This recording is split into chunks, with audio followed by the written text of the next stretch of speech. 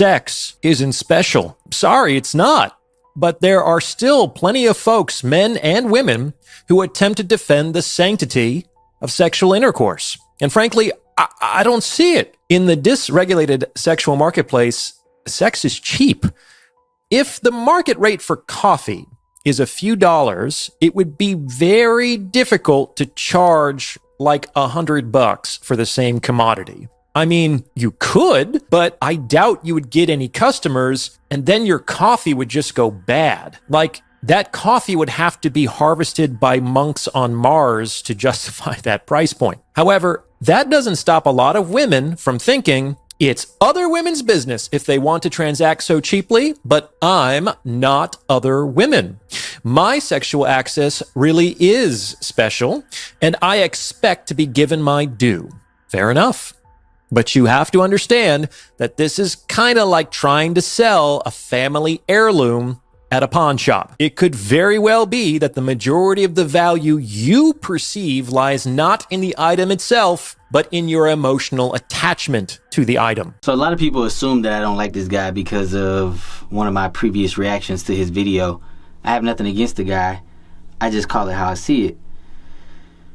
With this video, I actually like his mindset when it comes to sex.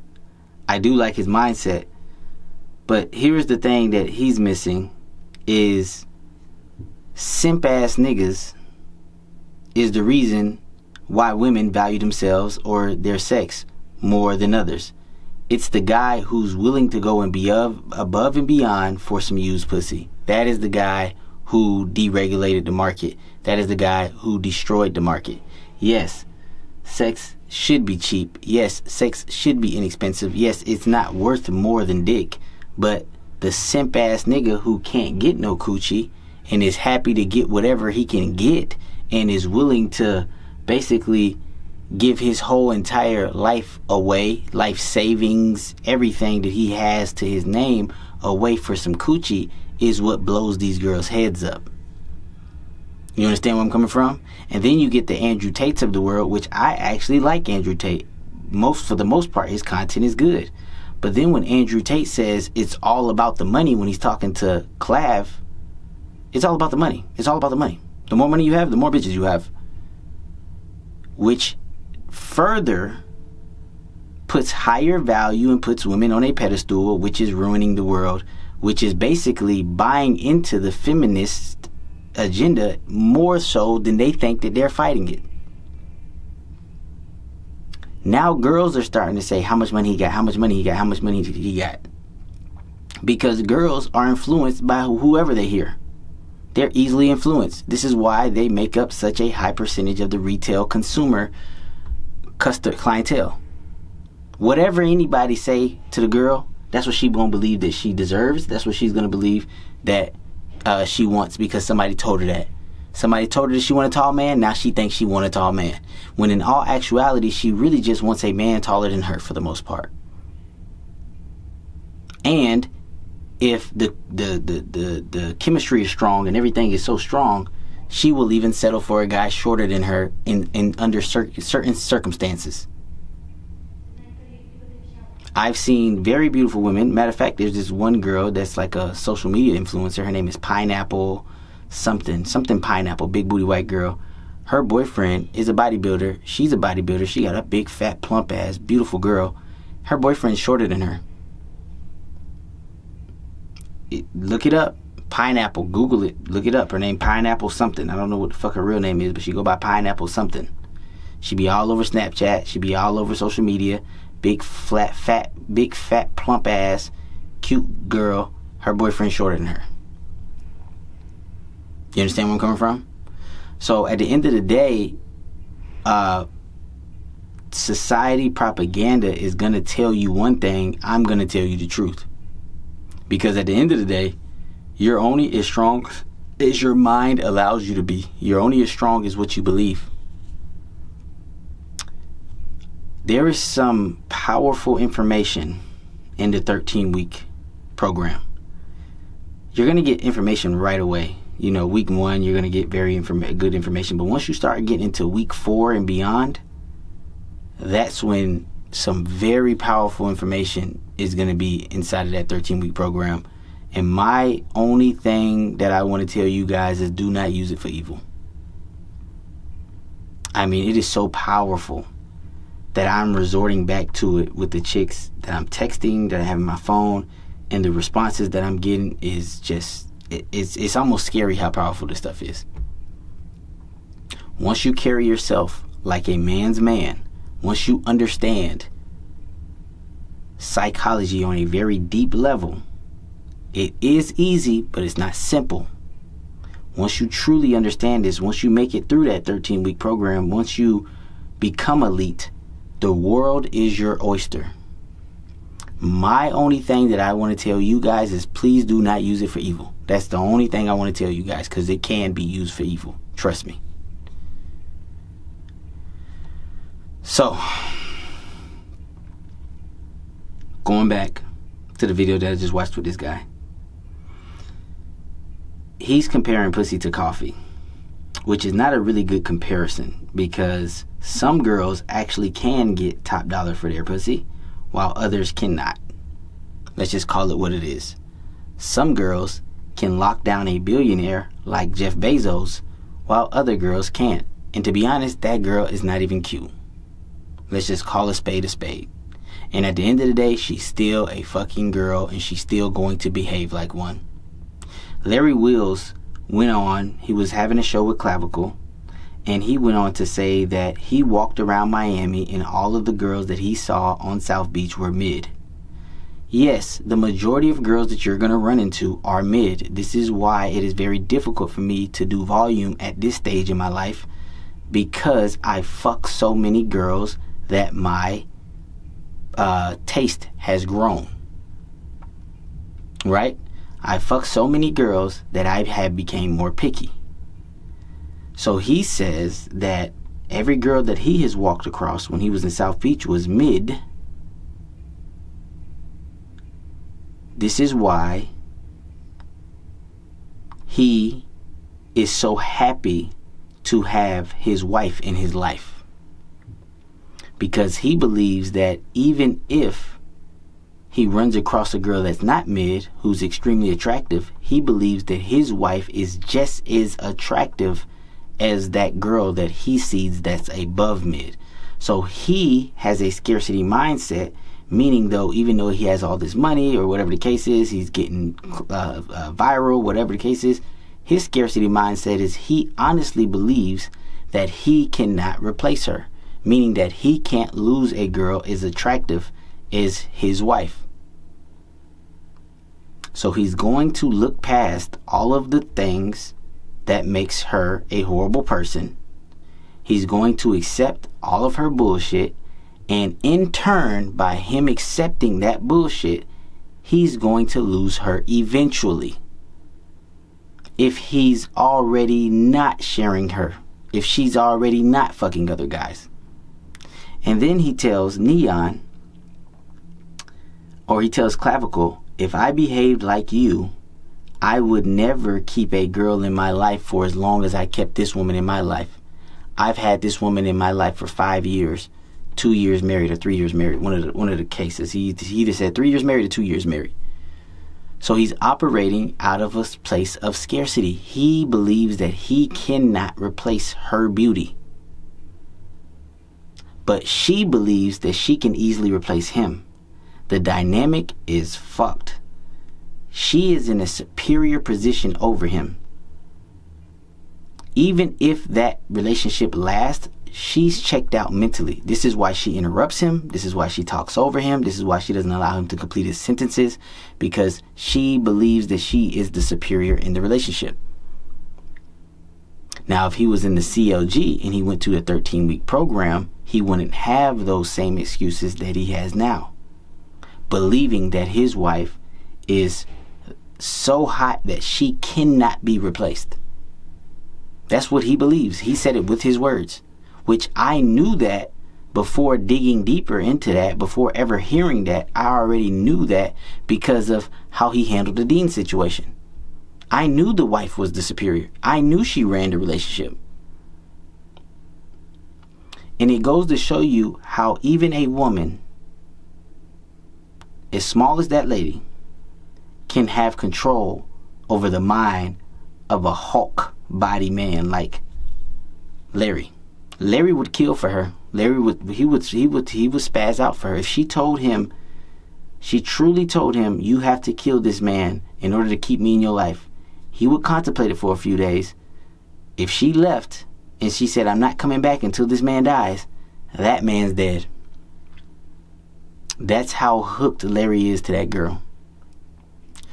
The reason I tell you that story is because when I teach you guys this COG thing, I don't want you to ever put yourself in that position.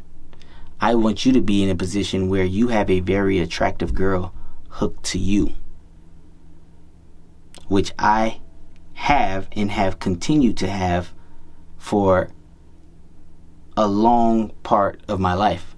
Now, you can't expect a guy like Larry, who used all his brain power to get muscles and take steroids, to have had the wherewithal to figure out women. So you can't expect Larry to understand women, because it took me years to figure them out. It took me years of trial and error. Not many men are willing to put themselves through as many rejections as I had to put myself through in order to figure women out. Not many men are willing to do that. Not many men are willing to talk to thousands of women, get no pussy, and still have to go back to the drawing board to figure out what works. Not many men are willing to give up their hard-earned money, not hundreds of dollars, I'm talking about thousands of dollars, to really figure the skill out in order to master it. Not many men are willing to do that. I was.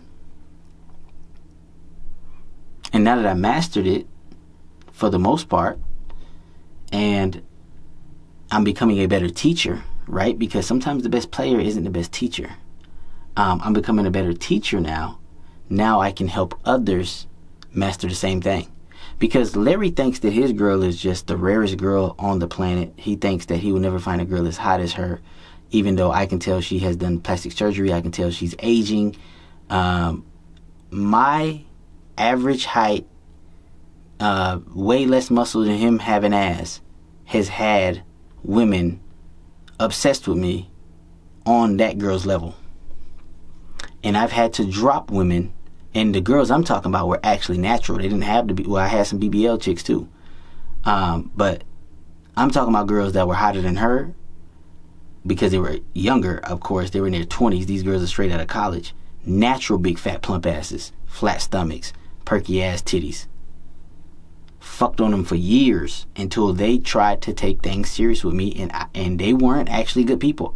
Just like Larry's wife. Once I done tore that pussy up and I found out that this is not a good person, I always, when they tried to take things serious with me, I've always cut them off and chose my BM. Because my BM wasn't as attractive as, and she is attractive. This is the crazy part. My BM is actually really attractive. So many people would come up to me and be like, damn, bro, she got a sister. Like, she's actually really attractive. But she wasn't even as attractive as the other girls I was fucking. And she's considered really attractive. You get what I'm trying to say? She was Asian, but she was not. She was one of the top tier of the Asian when it came to beauty.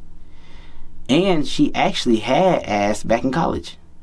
I don't know what happened to her ass now, but it's not flat. A lot of people think she still got ass. When I tell people that my BM's ass girls has a flat ass, people like, that's not a flat ass, because she got big legs, so it looked like she got a fat ass. But whatever. At the end of the day, this guy believes the bullshit that he believes only because he truly doesn't have the skill set to really attract the right woman. He's a DM guy. He shoots a lot of shots in the DMs. He don't know what the fuck work. He just throwing shit against the wall hoping it sticks. And I can't blame him, because he probably even tried to work with a dating coach and that motherfucker was trash. Because most dating coaches are. Most dating coaches are. One of the best dating coaches before I jumped on the internet was AMS. Hands down. Hands down. There was nobody, in my opinion, and for all you guys don't know who AMS is, he's still on the internet. His name is Alpha Male Strategies.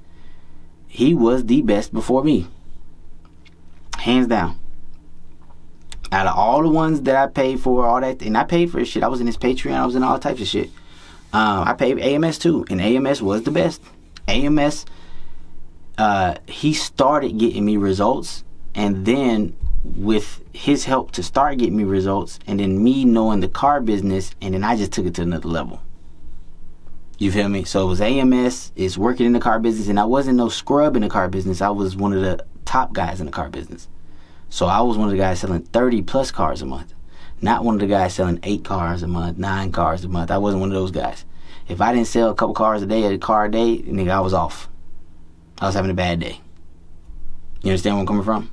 So that's the type of time that I was on. So I used my car skill. I used my skill in football, right? There was a point in time when I was playing running back and everything clicked for me. And one of the things that clicked for me to help me become really good for my high school was I used to get really nervous in games for some reason. I used to be really great at practice, but in games, I used to have performance anxiety. It used to happen in track too. So I was actually one of the fastest kids on my team outside of my cousin. But when I ran track, because of the pressure of the situation, I would get extremely nervous and run some of the slowest times imaginable, even though I was faster than most of my entire team in practice. In practice, most of my team could not see me on the track. Most of my team couldn't see me on the field, but I would have severe performance anxiety. It was crippling almost. It was just something about being in front of crowds. I just couldn't perform. I couldn't think. I couldn't see. Like I wouldn't even remember the play. I wouldn't even remember what happened. You know what I mean? Like, they'll show me my times. They'll be some of the worst times ever. Like, I'll be like, even my coach would be surprised. My coach is like, bro, how did you run that time? Like, we just seen you dust everybody at practice. Like, dust them. Like, I was, like, when I was calm, I was a 4-4 runner. Like when it was time me on here, I was 4-4 all day long. I could run a 4-4 with my goddamn eyes closed. 4-4 40. Now, my cousin was a 4-3 40 guy. My cousin was faster than me, I'm not gonna lie. And I used to have really high anxiety when it came to sprinting because speed was so important coming out of Florida. Like, everybody made speed such a big deal. So the fact that my brother, which was my cousin, was faster than me, I used to have high anxiety around speed because I wasn't as fast as my cousin, so I felt I was slow. Because that's all I really could compare myself to. And then we also had some kids in Florida that was just speed demons. And everybody would talk about who was the fastest. Like, when the track meets went down, so like my stepdad be like, oh, this kid the fastest in town. And so I always had like this, as a kid, I always had this super high anxiety for not being fast enough. So when it came to the bright lights, I would always be crippled by anxiety and I couldn't perform. Even though I was capable of performing, I just couldn't perform. Same thing would translate to football on the higher levels because football in Florida was very important. So my stepdad used to always brag about all the kids that were better than me. So I would have like some kind of like nervousness about it. Like, he would brag because we had one kid that I used to go head up with in practice. I used to black out against. Man, this kid going to the NFL. Like, my stepdad would talk about this kid for like 3 hours. Man, that kid on your team, he going to NFL. I know he going to go to NFL. Man, he the best, man. I ain't never seen a kid that good. Man, his dad built him right. Like all kinds of shit. Like, you know what I mean? So I have anxiety. There came a time when, and it happened after my heartbreak. That's why I tell people, once you master women, sometimes it helps you master other areas in your life. There came a time, coming out of my sophomore year. No, I was good in my sophomore year. I was scoring touchdowns my sophomore year. And I was the starting running back my freshman year, but I wasn't that good my freshman year. I was decent. But it still would be a blur. So it was just pure instinctual skill when I was younger. So I was good when I was younger, but I wasn't really hitting my peak. So like, I would watch the replay and then I felt like I was watching the play for the first time, even though I was in the play. So they'd be like, oh, CJ, you did a good run here, you did a good run here. And I'd be watching the play, I'd be like, damn, that's what happened on that play? Like, I couldn't remember the play. I'd have so much anxiety. Then when I clicked into stop caring about women, I started getting really good with women. Then what happened on the football field my junior year when I became the starting running back for the varsity team is towards the end of my junior year, or I think it was sophomore year, whatever the case is. Once I started mastering women, I went to the field one game and I just told myself, stop caring so much. Fuck the crowd. Fuck everything. Stop caring so much. And what it allowed me to do by flipping that switch in my brain, because I flipped the switch with the women and I was fucking women all day long. So then when I flipped the switch for the football, the whole game slowed down. Everything slowed down. I remember the game used to be so fast, and then when I flipped the switch, the whole game became slow. And then pretty much we didn't run the ball that much. We were passing team because the quarterback's dad would donate so much money to the school, so they wanted him to throw the ball a lot, which he wasn't even that good. But it became so clear and everything slowed down so much that pretty much every other carry that I carried in that offense was a 10-plus yard game. It got so bad that my senior, and we had a winning season, like we overperformed as a team. Basically, we didn't have a lot of talent, but we won a lot of games. And we were in a lot of games with a lot of those guys actually went to the NFL. Like, few of those guys that we played against, some of those guys went to the NFL. Like, we were in a lot of games against teams we probably shouldn't have won against. And I remember my coach on 4th and 12 to win a game, like we needed this drive to win the game, he called a running play. 4th and 12. And I got it. And every coach, when he made the call, every coach was in agreement with that call, that it was better for us to run the ball on 4th and 12 than to throw. Pretty much every other carry, it was a 20-yard to 30-yard game. So, and then I didn't have a lot of touchdowns because we had a bigger kid. Every time I would run the ball down to the 1 or the 3 or whatever the case is, they'll bring in like some jumbo package, and I wouldn't get the touchdowns that much, even though I could also run in those packages as well. I just was a small kid. But when they were trying to make my highlight film, the lady was like, pretty much every one of your runs is 10 yards or more. She was like, I don't even know which ones to pick. So I was like, all right, just pick the ones you like the most. And she just randomly picked the ones that she liked the most. And you can see my highlight film. It's Calvin James Jr. It's on YouTube. It's old as fuck. I graduated high school back in 2010. But when those highlights are just my senior year. It wasn't even my junior year. You know what I mean? I was getting off my junior year too. But pretty much every other carry was at least 10 to 20 yards a clip. Where games that we won, big games that we won, when we needed to come back, my coach was running the ball with me on 4th and 12. And I would get it pretty much every single time. And what ended up happening for me to really, really, really become that good of a running back was when I was able to turn my care down and the whole entire game slowed down. I witnessed my homeboy from my hood, and if you want to look up my homeboy, you can look up D1 and Only. He made a song called Somebody Talk to Him. He made that song in my hood. He made that song in front of my cousin's house, and my house is right behind my cousin's house on the dirt road. So if you want to see the neighborhood that I grew up, look up D1 and Only. That was one of my boys I grew up with. He actually played for Lyman. I played for Lake Mary. He broke his ankle in front of me. And I saw the whole thing happen in slow motion. I was running the ball. I went in the hole. He came down. He was a safety. He came down to try to make a tackle. Somebody fell on his leg, and I just heard him screaming. I didn't see the actual ankle break, but I just heard him just hollering. And we was talking shit to each other that game, but then I was like, damn, bro, you straight? You good? You good?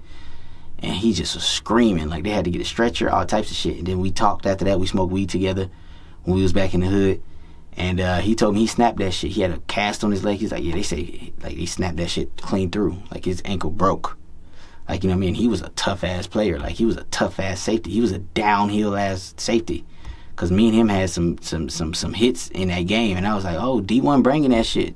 You feel me? And that's what we called him, D1. And his rap name is D1 and Only. And he's actually he was a talented rapper. Look up the song Somebody Talk to Him. You feel me? These the kids I grew up with in my hood. My cousin was in that video. I was not in that video. I don't know why I was not in that music video. But that music video is right next to my house. My house was the dirt road behind it. So and that's still where I live. My parents still live there. Like, they still live in the hood. They never moved out. You get what I'm trying to say? So like I said, man, I'm gonna turn you guys into men eventually, because the country needs more men. We don't need these weak ass soy boys that's running the world. We don't need these pussy ass motherfuckers that got some following, that did some marketing, that's trying to tell you the way. We need real, raw, uncut, real conversations amongst men in order to thrive and succeed. So, with that being said, hit the like button if you like this video. Subscribe to the channel if you want more content like this. Click the link in the comment or the description if you want to join the CLG community and learn how to be better sooner rather than later. Basically, to just help you stop missing out opportunities with the girls that actually like you.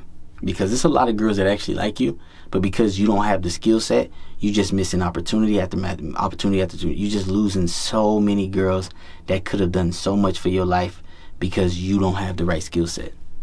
And I know in your mind you can think of all the girls you lost or missed out on, or they were feeling you and you just kept fucking up, and now she don't even talk to your ass no more.